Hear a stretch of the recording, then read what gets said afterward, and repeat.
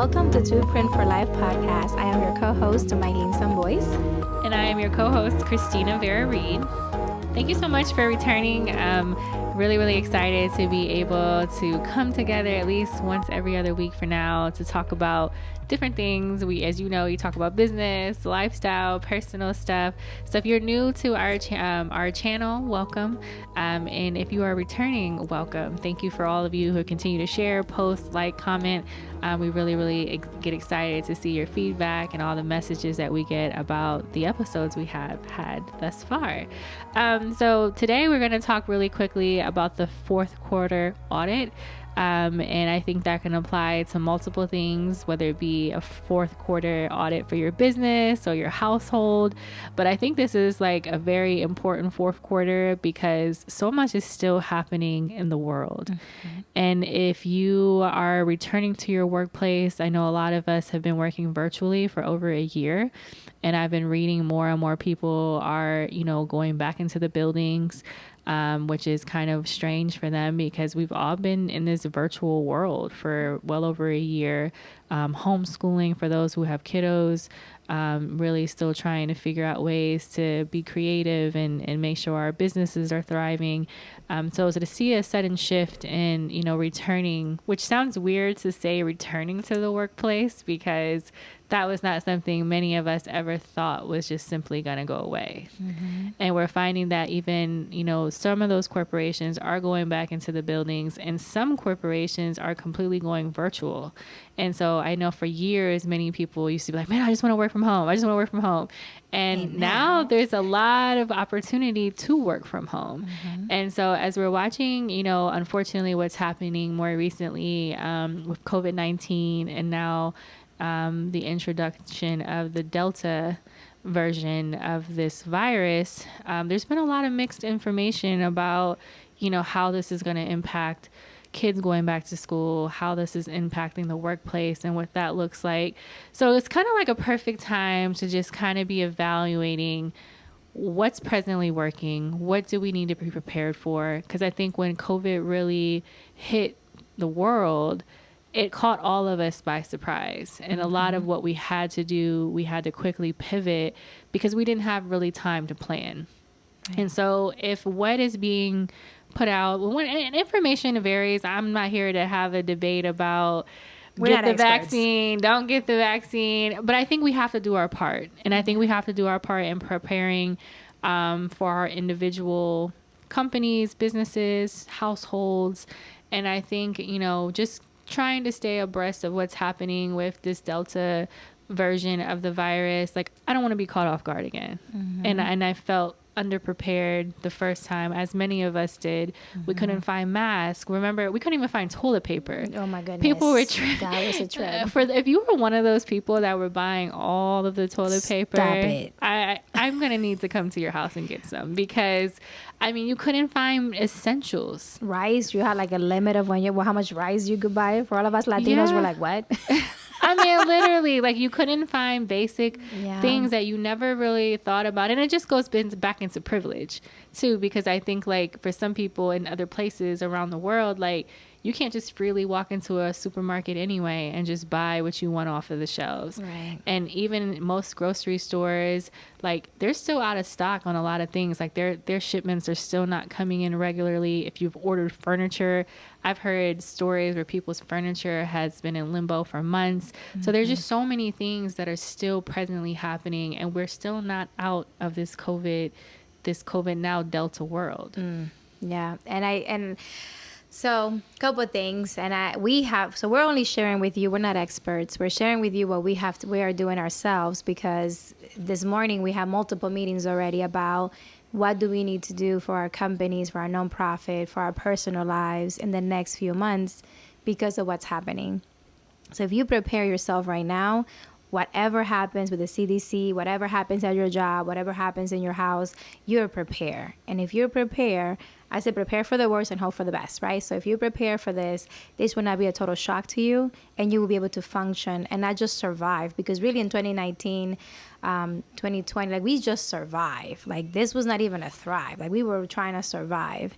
So now that we're surviving and we feel like we were coming out of this, and it may seem that we're not, now that we're surviving, how can we position ourselves to thrive, right? Because our children are being, many of them are, their whole perspective has changed, right? The way they see the world has changed. Where other people in other parts of the world have seen epidemics before, they have seen war, they have seen so many things. So those kids have seen horror things, where our children are now watching for the first time in the past 2 years, like, what is it like to live in a country where there's restrictions, and what is it to live in a country where your freedom is, kind of like, you have curfews and you can't go to where you always want to go. You can't do the things you wanted to do. And we have seen the devastation that has caused, because for some kids that couldn't handle that, or for parents that couldn't handle that, mental health has been on the rise, with issues like diseases, depression, so many things.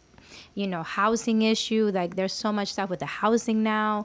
So we just want to come from a place of love to really help you put some strategies in place, so then you are prepared to, one, help yourself, help your family, your community, and make sure that you are leading your children or your nieces and nephews. I don't have kids, but I have nieces and nephews, and the kids that we serve, in the best way. So the fourth quarter audit is like what we thought about. So for example, for us, we were planning a pool party next week. Let's just start there. So for our girls, we were planning a pool party for the Chica Sports and Fitness thing. The girls are really excited. They love being in person. They have missed it. They crave it. And today, based on everything that's happening, we had to make a decision.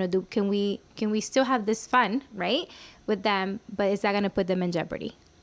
Right? Is that going to put the children and their families and our interns and our staff in jeopardy? And so I think it's looking at, like, what's happening in your life and your business. One of our colleagues mentioned her company had to cancel a huge trip that they had planned for their employees, where they've actually lost millions of dollars for that trip that they now will not be able to recuperate. So I think, part of this fourth quarter audit, looking at what does your next 90 days look like? Do you have any outings? And this is all based on what you feel comfortable with. If you're like, you know what, I'm okay, I'm comfortable with traveling, I'm comfortable, then that's fine. We're in no shape or form trying to get you to change your mind. But this is just something to kind of help you with the process of doing some personal and professional auditing. So just looking at, like, okay, what's coming up in the next 90 days? Are these different events or meetings, what have you, are they necessary? Are they high priority? Or is it something that you can move to first quarter, second quarter? So really looking at, like, what do you have coming up? Is it something that you really are committed to seeing through, or is it something that can be, the time frame can be changed? Or could it be virtual, right? So maybe if you were planning a big thing, and I know we're so excited about the virtual world still, but is it something that if it has to happen this year, can it happen then virtually? Can we move into the hybrid model for now? Because maybe that's what you have to do, and just make it the best you can. Yeah, but it's up to you. Like I said, if it's something you feel comfortable moving forward with, then you roll with that, and that's what you do. But also we talked about finances here in the past couple of days, exactly how much money if things were to shut down. So, like, just to give you an example, when COVID first happened, my husband was laid off for almost 4 months, maybe 5. And, like many of you also were impacted through losing jobs, and there was no heads up. The company made it seem like, okay, we're going to carry you guys, this is temporary, until he got an email. He didn't even get a phone call. It was like an email went out, your last day is this particular day, and you will have to file for unemployment. And it was just like, wow, like insurance, everything, it was just suddenly gone. And looking at our finances, we were not set up in a way that if he had been out of work for an extended period of time, like with a household of 5, 3 kids, like I didn't even know how much money we needed monthly to stay on top of our bills. So part of what I would encourage you to do is look at your finances. How much money, are you putting out on a monthly basis for your personal household and professionally? So if you're a business owner and, let's say you own a bakery or you have an insurance company, how much money do you need monthly to net to be able to stay in operations? And looking at, and I know we've talked about this before, like subscriptions, things you don't need. This is a time to really start pulling and canceling things that you don't need, just so that you have that extra bit of money if something happens to change, or maybe you're seeing less clients or not as many people are buying, cakes or whatever your business is. so that you have a little bit of cushion to really hold you afloat in the event that were. I hope it doesn't happen. I hope we don't get to that point. But based on what we just experienced, and for many of us, they're still in that storm. Their businesses have not recouped. They're not back to work. They're still looking for, a lot of people are like, oh, there's all these jobs, but that don't mean it was the same type of jobs that people had prior to making the type of money that they needed to make to sustain their households. So we have to also be mindful of the fact that, there are jobs out there, but that doesn't necessarily mean that they're the types of jobs that can sustain the households and the responsibilities that people have. Yeah. And I think is so let's say, God forbid, you lost your job and you're making $0, but there's a job that's available to make some money. And I know for many people, the thing of like unemployment was better than what we make here. I get it. I'm not fighting that. But let's say the unemployment right now. So what is your options now? Right? Like, yes, you're worth more than any company could ever pay you. Let's just be real. You are worth more than any company could ever pay you. But at this time, what money, like Christina said, do you need every month to sustain your family? This isn't about a title. It's not about ego. It doesn't mean that you're not worth it. You are absolutely worth it. But we need to look at this like a business thing. What do I need to sustain my family so we're not in the street? What do I need so my kids are fine and I'm fine? And if that means taking a job with a less title, but the money's going to help you sustain your family and we ride this wave, then that's what you have to do, right? Like, think about that for yourself. And I'm not saying do it. I'm just saying consider it, because everybody, it's your decision for everybody. So when we talk about subscriptions and your budget, so the first thing you want to do is look at how much money you're coming in right now. So how much money are you making right now? Then look at how much money is going out. So for everything, look at your last month. So right now we're in August. Look at July. What did you spend in July? Look at your bank account. Look at your credit cards. Look at your, check-ins or your cash receipts. What did you spend and in what, right? Was that necessary? Sometimes we spend things that we don't need. Now, there's a lot of businesses that need our support, and we'll get to that. But for the first thing that needs your support is your house. So before you're out here thinking I need to support other businesses, is your house okay? Because if your house is not okay, you cannot support nobody else. So let's start with the house. Once you have the minimum, so maybe it's $1,000 or $2,000 a month that you need in order to be okay, then look at what you have right now, what's coming in the next couple months, and maybe save that amount a couple times. So I would say if you can save, if it's $2,000 that you need a month, then save a couple, 3-4 months of that if you can right now, where all the wants are not being, when I say there's needs and there's wants. Needs is like your mortgage, your car, your food. Those things are needs. Your electricity, your bills in the house. Wants are like Netflix, Hulu, right. ice cream, McDonald's, Starbucks, Jordans. Starbucks, regardless of what something you all may think, is not a need. It's not a need, guys. For those of us that have a black card, it's not a need, okay? I know. You can get Bustelo for $4 and you can have coffee for like a month almost. Anyways, but you want to make sure that you are covering your needs, right? So once you have those months saved for the next couple months, so that way it doesn't matter what happens outside your house, you're good. Yeah. Then you're going to start looking at, okay, now I have that for the bills for 4-6 months or a few months. Then let me save a little bit extra for emergencies. Like I break a leg, I get sick, God forbid, whatever. Then save a little bit for emergency. Something happens that you have it. And then once you have that, then you're like, okay, let me do something, right? So still do some fun things with your kids, still do some fun things with your friends. There's things that you can do for fun that don't require any money. They could require just going to the park. They could require just having coffee in your house or tea with somebody. So find ways that you can still have that social interaction with social distancing if necessary, but that it doesn't cost you an arm and a leg. Yeah. And I would add too, if you are having financial troubles, which, when that first happened to us, that really impacted a lot. My daughter is in college. And so for anybody listening who's maybe your child is in college, maybe you're in college, be transparent with the financial aid office about this hardship. There was paperwork we could file that said, listen, the tax returns we initially submitted, like that's no longer our household income.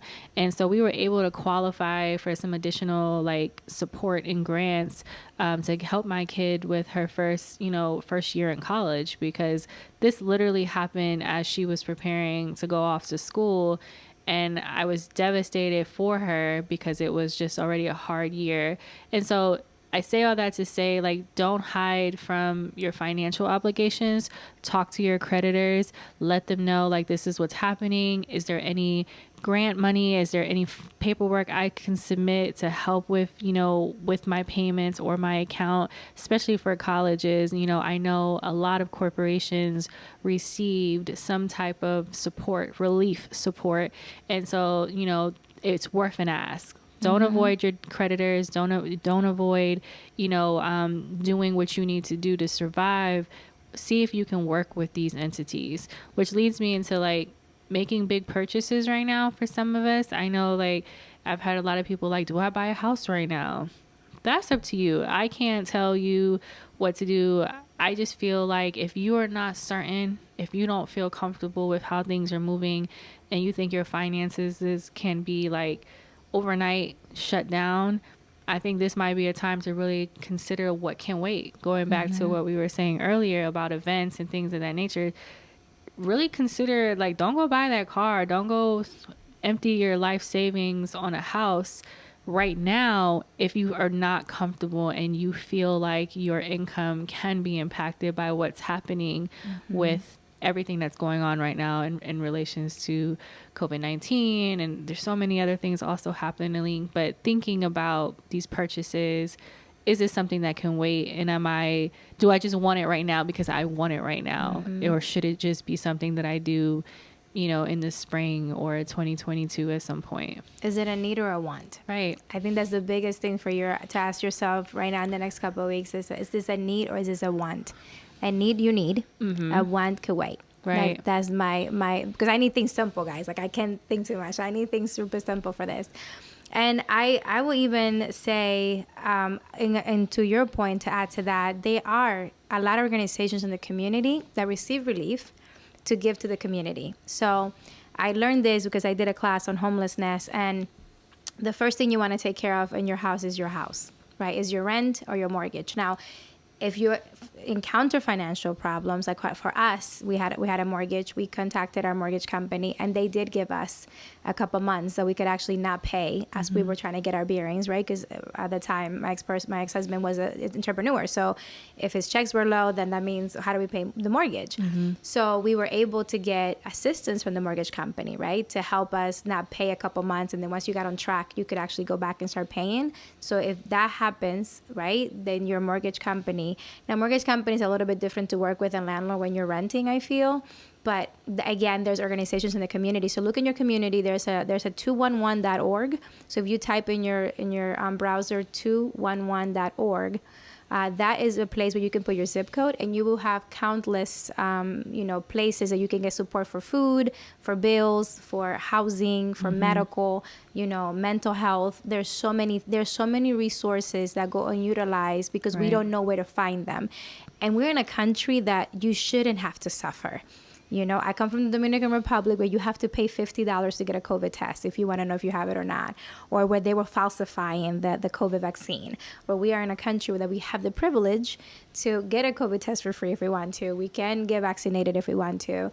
And then we can get food if we go. There's thousands of pantries out here. So one, if you're facing a financial situation right now, don't be too proud to ask for help. Right. And when you get that help and you get yourself back on your feet, what you could do to pay it forward is that you can either donate to that organization. I've seen a lot of people that donate back to the organization that helped them, or they help somebody else in need. So you pay it forward. So go get the help that you need so you can survive and thrive, and then pay it forward. Right.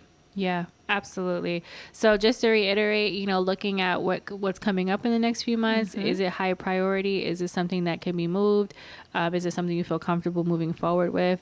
Looking at your finances, how much do you need every single month? If something were to happen where income is no longer there or it's lowered, like, what is that number? We have to know our numbers. Not only, that's something in sales, they used to always say, know your numbers. But if somebody asked me right now, like, how much do you need to, like, pay your bills every single month. Like, I have a ballpark range of what I think it is, but I really need to know that number. Oh, we will now. Yeah. Oh, absolutely. After this episode, we will now. Now I'm telling you this because this is stuff I need to go back and relook at. And so that's part of our audit. And then taking advantage of, resources and help. If you need help, like Maylin mentioned, like, don't be so proud to be like, I'm not going to a food pantry. I'm not doing that. Like, we can't allow our ego to put us in a place of being stagnant and not getting the help that we need to survive and to thrive, because ultimately, like, it's a bad moment. It's not a bad life. And so, put that ego to the side. It's not time for that, especially, when you have so much responsibility. Like, it's okay to need help. Everybody needs help at certain points. So just be willing to ask for that help. And the only other thing that I could initially think about is just making sure, like, you have what you need in your immediate circle. So whether that be, supplies in your home, like, I keep going back to the toilet paper thing because literally we could not find toilet paper. And I'm not saying run out and buy toilet paper, but I'm saying, like, if you have small children, like, like even my sister, she had a hard time finding diapers. And it was just like, so I say all that to say, don't be that person that goes out and overbuys because you're FOMO. You're afraid that, like, you're desperate. You're buying everything, and to where now people just don't have the basic essentials. Like, she couldn't find diapers for a while. Like, I couldn't find toilet paper. There was just things that, like, you need. And so, just to be able to have a little on reserve, but, like, don't go and buy the whole store to where now, like, impacts other people from being able to provide for their family. And if you have something, like, I feel like if I've learned anything with COVID and everything we've been dealing with for the past couple of years, is how important community is.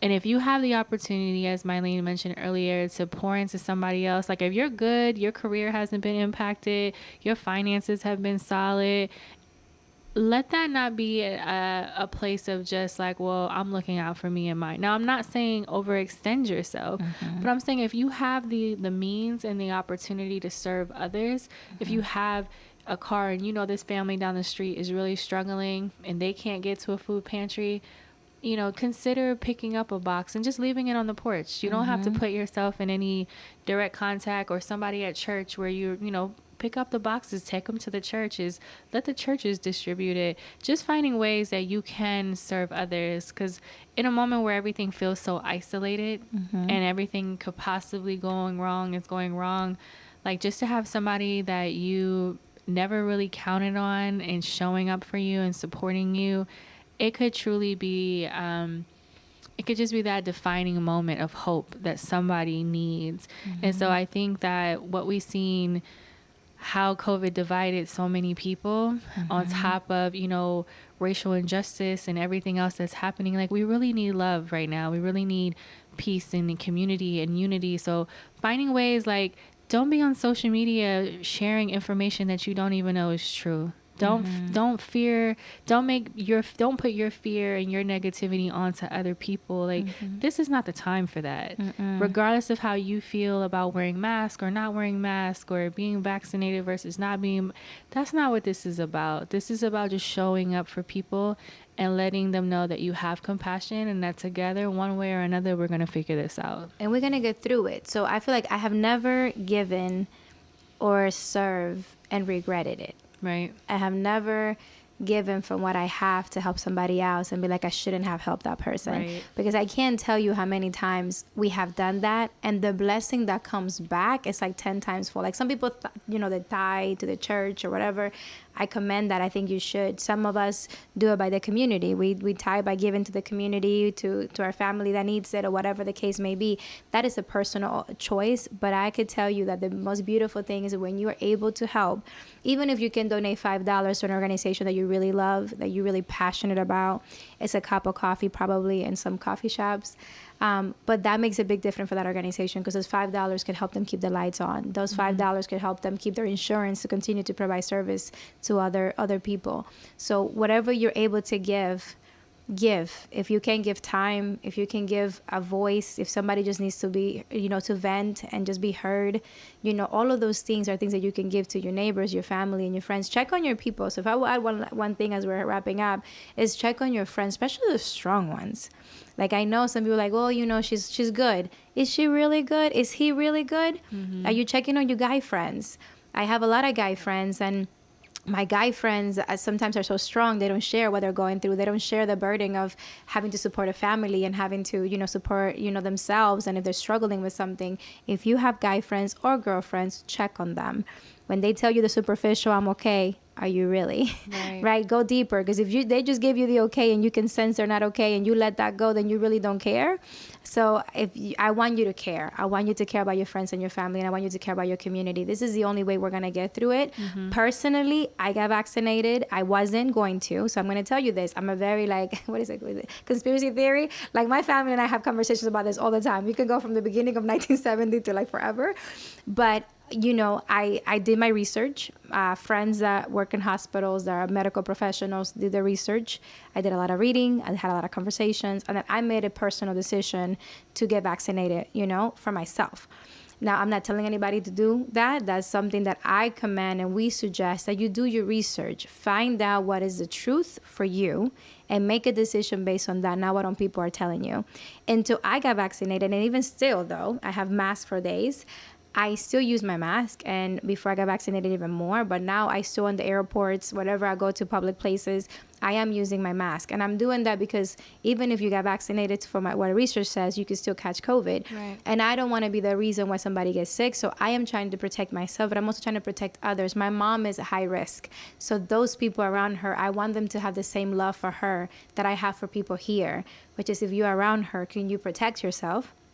So I can have my mom longer, right? So that is the call to action: is do your research, do what works for you, mm-hmm. be smart about washing your hands and following those guidelines that the CDC is providing, even if you don't agree with everything, because some of us don't agree. Mm-hmm. I didn't agree with getting vaccinated before I went to Argentina for work. They told me, if you want to come to Argentina for a few months, almost a year, then you need to get vaccinated. And at that point, I was like, I have a choice. I get vaccinated and go to work, or I stay in America.